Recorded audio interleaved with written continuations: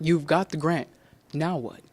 Training took place today in the Grexie Auditorium to teach graduate students how to properly manage life after receiving grants. More on this story and more coming up at 6 o'clock. Hi, I'm Daniel Dumas, live from Comerica Park, where game goers are getting ready to go to the baseball game tonight, but also this will be the location tomorrow for Wayne State's Walk or Run Care, where participants can come and walk or run for breast cancer awareness. I have more details about this story coming up at 6. Hi, I'm Daniel Dumas. I'm here at the Hillberry Theater on Wayne State's campus where the play Cedar House Rules Part 2 will be premiering tonight at 7 p.m.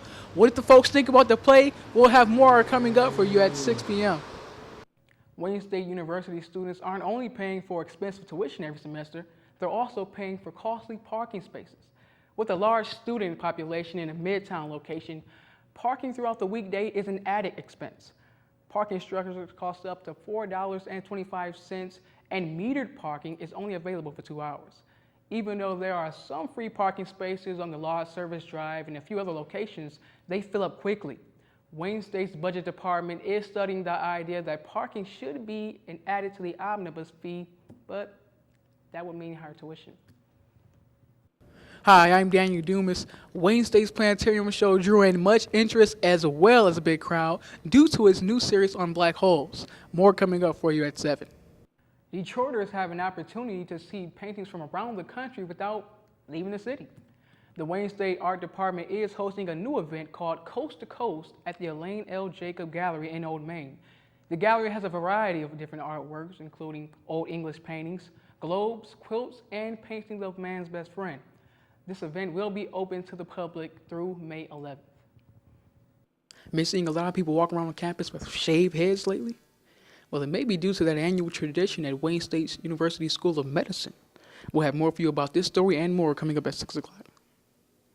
Hi, I'm Daniel Dumas, and I'm here in the Old Main building on Wayne State's Detroit campus, where hundreds of students have gathered for Wayne State's event to raise awareness on child and teen abuse.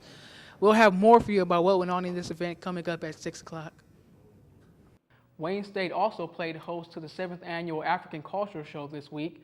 At the show, the students from Wayne African Student Society made it their goal to find a performer who would paint Africa in a positive light. The night ended with an African fashion show with models from the audience who volunteered for an African makeover. Thanks for joining us for the Wayne State Warrior Wrap-Up. I'm Daniel Dumas. I want you to take your school back like a SWAT team. Kick open the doors of your education, throw a flashbang in the hallway of alphabets, secure the kitchen where they cook honor rolls.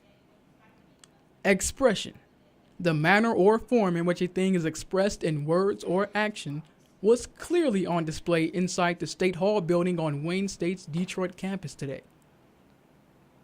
Inside Out Detroit hosted the Literary Arts Project, which provided the stage for a few up-and-coming poets to come and demonstrate their talent, as well as an opportunity to potentially push the program to the forefront.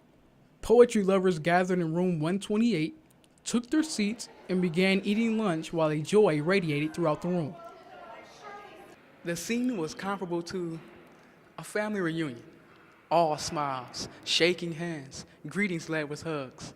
It was very evident that the creative writing community here on campus is a tight-knit group and they're looking to expand.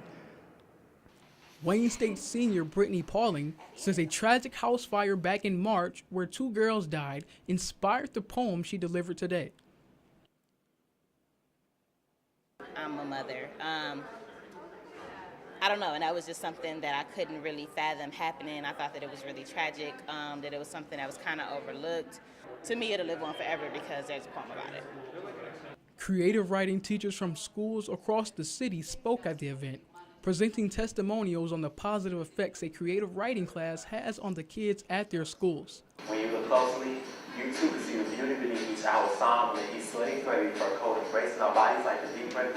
The audience then viewed a short documentary on the benefit of poetry classes in Michigan public schools around the state.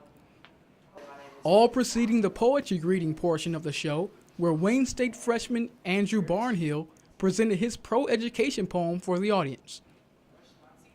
Barnhill says inspiration for his poem came from working as a teacher's aide for elementary students his senior year of high school. That was pretty much my inspiration for that. It was just really me volunteering and, being attached to that school and, being heartbroken after hearing that, that was going to happen, that their school was going to close, and, being joyous when I found out that it didn't close. So.